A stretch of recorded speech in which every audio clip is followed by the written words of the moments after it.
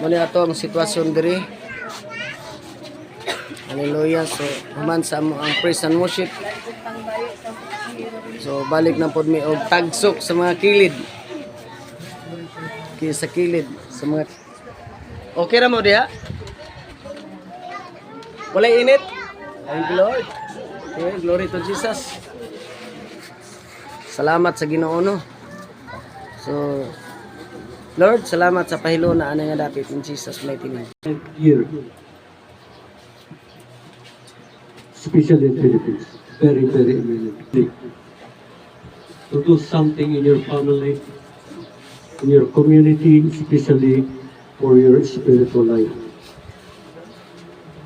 So, God's speaking everywhere, even the prophets all over the world. Don't ever lend your life on the cell phone, because that is the device that it will come to you for damnation. You go straight to the hell because of that. Take good care of your children, your soul, everything that you have, because the imminent year, if you miss this kind of token that the Lord give to your hand, to your children and to your family, one of these days you will cry. And the Lord said to the prophets, even to our brothers, King Solomon said, why did not hear to my teachers? Now I'm the time of reckoning. This time is the day of reckoning, especially January 1st until going down. Some of you prophesied, take 2 weeks, 3 weeks, I don't know. 2 or 3 of you speaking about the prophecy, prophetic utterance that will come in this year. I don't know who is that, but 2 or 3 of you. And some of you in your prayer around 3 o'clock or 2:12, something like that, you cannot sleep. When you cannot sleep, throw this one out. Remind the Lord talking to you. I don't know who you are. I think it's a girl. Girl, right? You? So, when the Lord talk to you, please take out your cell phone outside your bed. Some of you are laughing to death. You cannot hide from the presence of God. I'm telling you. Okay, praise the Lord for that. Today, the Lord give you a message. I think you did not hear this one before, but this is very meaningful to you guys, so that you will bring always a heads up. When I come to you today, I am right now in the court of the law of heaven. Whoever is the one in the pulpit, he is in the court of heaven. Okay? You are the witnesses in the court. Katulad po ng isang korte, meron po tinatawag na judge, merong dalawang lawyer na accuser at ang isa ay tinatawag na defender. Marami pong taong kaharap. At meron po tayong tinatawag na yung mag-judge. So, hindi ko alam kung 30 sila o 15 or 20. So, the Holy Father is the judge. I'm here right now in the front of you as a witness. And the accuser, which is the lawyer, the accuser of the brethren, is Satan himself. And Jesus Christ is our defender. He is the righteous lawyer that defends us in heaven. It is 2 John chapter 1, 1 John chapter 1 verse, chapter 2 verse 1. 1 John chapter 2 verse 1. So, our words, 1 John chapter 2 verse 1. So yun po ang ating scenario ngayon. This is our scenario right now. Right? You are the witnesses. But today I become a witness to you.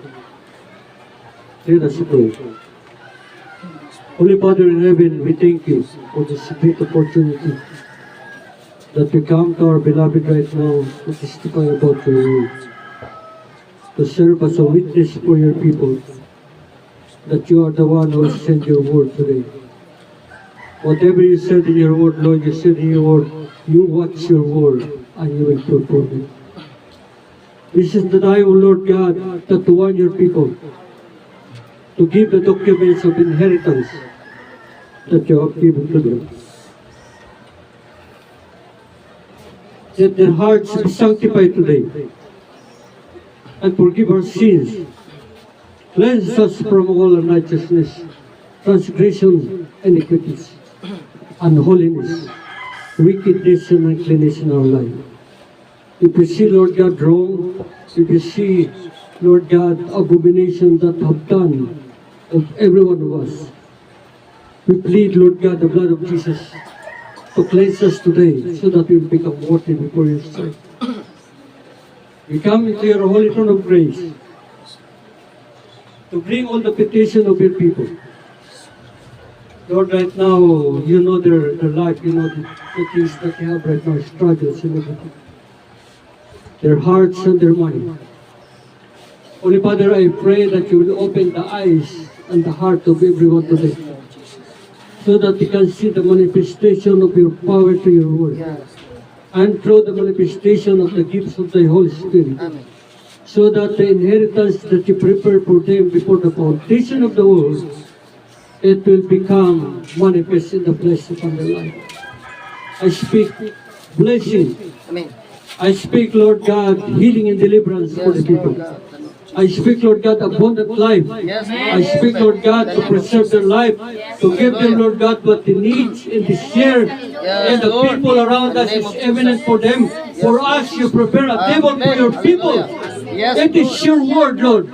We stand it and we declare it today that you will prepare a table for us. You will send us in the green pasture and you will hide us in the shadow of your wings. You will hide us, Lord God, from the eyes of the evil one. And you will fight for us. We trample down of the enemy and we destroy them in the name of Jesus. Because this is your word that we stand for it.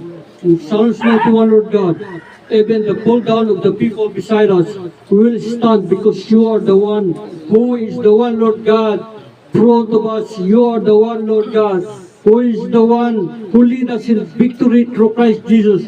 For the tide of the cross of Calvary, through the blood, we can conquer and destroy the enemy in the name of Jesus. Thank you, Lord. All right, now we command and we speak every demonic spirit, every entity, human being, power of darkness in high places, every demonic spirit, lust of the flesh, lust of the eyes, and pride of light, even the lust of this world, every lying spirit, spirit of slumberness, place of backwardness, we send fire on you today. Fire! And you cannot pound right now because, Lord God, your fire is even to destroy them. Yes, Lord. In the name of Jesus. In the name of Jesus. Lord God, we pray, we declare today that beginning this day, we open the doors of heaven Yes, Lord. for your people. We open, Lord God, the windows of heaven for them. Those people, Lord God, your people, the parents right now, give them, Lord God, a good job. Give them a good business. Lord God, let the flow of anointing Yes, from Lord them. Jesus. Let the flow, Lord God, of the abundant life will be upon them like the rivers that flow Amen. upon the rivers, Lord God, Yes, today. Lord. Lord God, I pray for the children that you give them Hallelujah. wisdom like Solomon. Amen. Give them, Lord God, an eminent wisdom. A wisdom, Lord God, far above to their colleagues, so that they can have high, Lord God, Yes, grace. Jesus. She can have, Lord God, and the people of Lord God, your people. And I decree and I declare and I command the government to give them right now a benefit of scholarship so that the children can have, Lord God, a good life, can have a good education in the name of Jesus. In the name of Jesus. Even the stars, Lord God, I pray that you will provide. Lord, I pray and I will declare today that you will give them a land, give them structures, give them a place, Lord God, very near from the highway, very near from everything. And you are the one who will give the materials to use. You give them money, you give them everything that they need, materials, people and laborers and everything. Amen. Holy Father, in the name of Jesus, this is the way, Lord God, that you said that you give us the keys of heaven. Whatever we open the earth will be open heaven. We open the prosperity in this church. We open the anointing. We open, Lord God, that you bring more people in this church in the name of Jesus.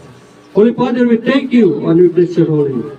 And we bring back to you all the praise, glory, and thanksgiving. For thine is the kingdom, thine is the power and the glory forevermore. This we pray. You see Jesus himself.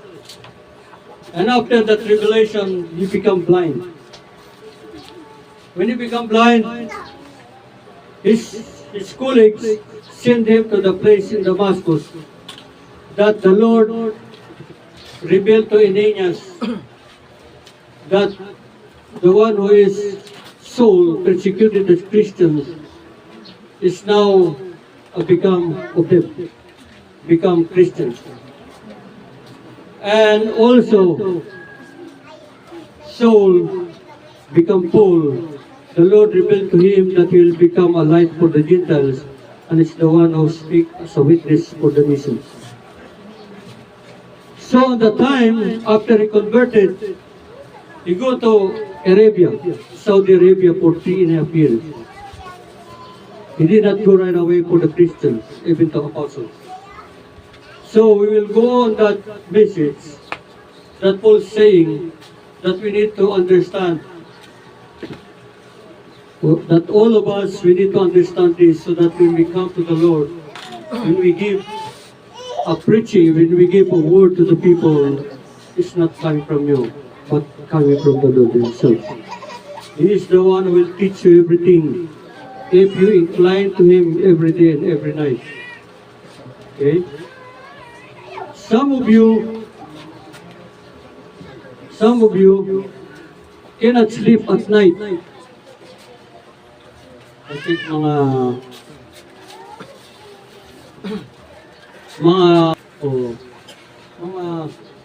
tawag kayo yung bisaya ko. 10% pulo katauhan. Nga ginagising ng Panginoon, anong ginagising? Ginapukaw sa Diyos sa inyong higaan para kausapin, pero kinakausap niyo yung cellphone niyo. Guilty? Guilty. So, sakto gid. Some of your leaders of the church too. Hello? Tao sila. So, marami sa inyo na umatin bago pa lang, pero pinupukaw tayo ng Panginoon. Bakit?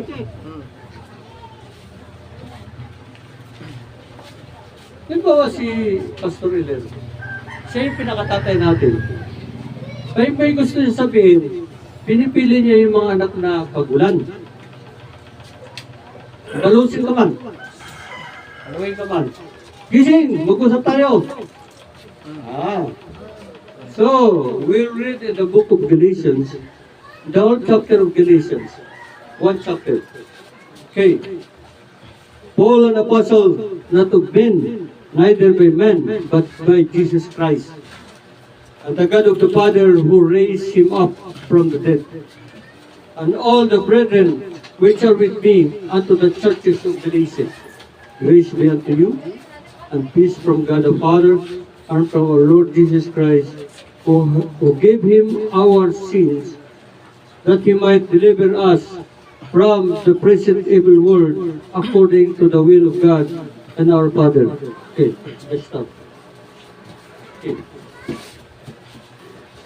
There is certain people here that the Lord give you a specific instruction. That's why some of you have a specific instruction that the Lord give to you and you pray about it. Who is that man? Who is that guy? And who is that woman? I think it's a woman.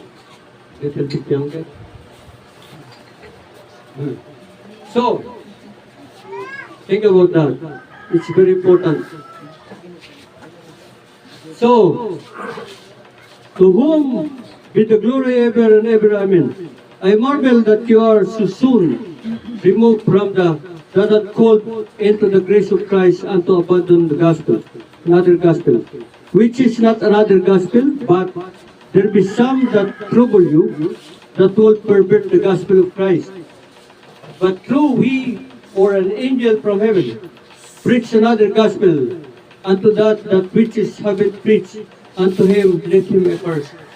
Ano po yung sumpain, pakasumpain? Ano yung tinatawag na curse? Ano po yung tinatawag na sumpain sa Bisaya? Tunglo. Tunglo. Tunglohin siya kung ang kanyang pinapangaral ay hindi galing sa Panginoon. Okay lang, Pastor. Ito.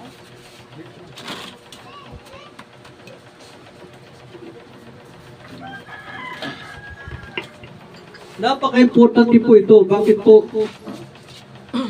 Kailangan natin maintindihan. Pag may nagpipreach, kahit ako, sino man sa atin, kahit sabi ni Paul, kahit ako, sabi ni Paul, o anghel man na bumaba mula sa langit, nag-preach ng another gospel, sumpahin siya, itunglo siya. Bakit? Nalalaman po natin in the Lord. As we said before, as I say now again, if any man preach any other gospel unto you than we have delivered, that we receive, let him be accursed. Pangalawang bihis na. Doble ang sumpa. Okay? For now I persuade men, or God, do I seek the praise of men? Sabi niya, ano ba may persuade sa Bisaya? Yung gusto ko bang gawing parang ang tawag dito? May Bisaya kasi basahin mo yung sa Bisaya. Galatians. Nagpasabot ba kini nga naninguha ako nga kahimutan sa mga tao? Wala. Gusto ako nga kahimutan sa Dios. Naningkamot ba ako aron mahimong inila? Kung naninguha pagihapon ako niini, dili unta ako mahimong sulod. There you go. Bakit napaka-importante? Today is very eminent because a lot of people speaking about Jesus, but they are not carrying the cross of Calvary. They are not carrying the true gospel of Christ. Why you are waking up by the Lord? 3 o'clock, 12 o'clock, 2 o'clock. Some of you, these the children to cry. So that the father and the mother will wake up, that both of them will pray. Hey! You have children, they cry around 3 o'clock. The Lord, that is the voice of the Lord. I will use the words of the infant to glorify me. Hello? Amen. Hallelujah. Hey. You hear this thing to someone? No. So the Holy Spirit is the Holy Spirit to you right now. Ah. Hello? Pag nag-cellphone ka, hinahatak ng anak mo yung cellphone. That is the act of God. Listen to it. Take out your phone and sabihin mo sa anak mo, mga muyuta. Gusto na ba tayo? Dahil sinugo man siya ng Panginoon na gawin niyo para sa iyo, para hindi ka malulong sa bisyo ng cellphone. I heard that. Okay, anyway. But I certify to you, brethren, that the gospel which I was preached of me is not after men. There you go. Ano po? Ang pinapangaral ng ni Apostol Pablo ay hindi nanggaling sa tao. Saan siya nanggaling? Dahil tandaan po natin na dumiritso siya sa Arabia. Nakipag-kuhan siya sa Panginoon ng 3.5 years. So si Jesus Christ, 40 days and 40 nights, nag-fasting siya doon sa kuhan, si Pope Pablo, ay iba po. Iba po yung kanyang pagkakatawag sa kanya. Kung hindi po pagkakatawag ni Paul ay pagkatulad sa atin, kanina po natin, okay, habang tumatagal po, medyo parang pa na.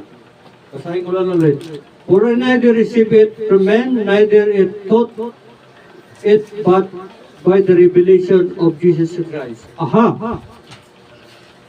Ang gospel, ang tinatawag na salita ng Diyos, kung i-interpret mo po ito na ito ay gospel lang, medyo ang interpretation mo, just gospel. Conventional. No power. Are you ready? If you interpret this is your inheritance, a document of your father before you go to heaven, it is your inheritance to claim upon the earth, then signs and wonders will follow. Because you interpret this one as your father documents to you as an inheritance, so that when you walk upon the earth, when you walk upon the earth is shaking because of you. Remember of the word, I don't know in 1 Kings. When ang Israel po ay kinupkop ng lahat ng Assyrian, around 20,000 or 100,000 of them. There is a leprous. In that gate, you are in the gate right now, my brother and sister. No. Amen. You are in the gate. You are the gatekeepers of the Lord.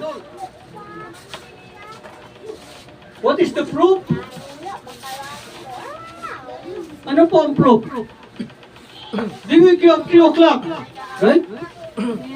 Right? So, if the Lord wake you up 3 o'clock, you are a gatekeeper. You need to keep that gate closed from the enemy and open to your brethren. You have a key to open it, and you have a key to close it. And you're a gatekeeper. Ah. So that leprous is in the gate. And the gate is open, and the Syrian cannot get in because of the leprous guy. Ah. When the leprous decided to go to Assyria, sabi niya, mabuhay man ko, mamatay man ko dire sa akong ginapungkuan. Tawag ko sa'yo ako. Ay, magpuno lang ko magkanto lang ako dito sa, naging Bisaya, naging iligay. Okay yan. Kanto lang ako dito sa Assyrian Nung tumindig siya, at kinuha yung kanyang paa, nilakad, isang paa, narinig ng mga Syrian Empire. Look at this. Pinasinsay ka. They heard a thunder. They heard an earthquake. They heard a multitude of horses that coming to them to fight with them. And they see that man who is a leprous is a great general with a great man in him. They are flee because of fear. Okay. When you do that in 3 o'clock, when you come wherever you go, the demons will flee because of you. Not because of your things, but the things the Lord see you. The Lord will see in you that is walking upon that planet. Okay? So, sinasabi po rito ni Paul, ang aking pinapangaral ay hindi nagaling sa akin, maging sa mga tao. Ito ay ipinangaral sa akin sa pamamagitan ng Jesus Christ. Okay, mag-skip po tayo doon sa, ito na. Tari po natin yung, for we have heard of my conversation in time past that Jewish religion, how that beyond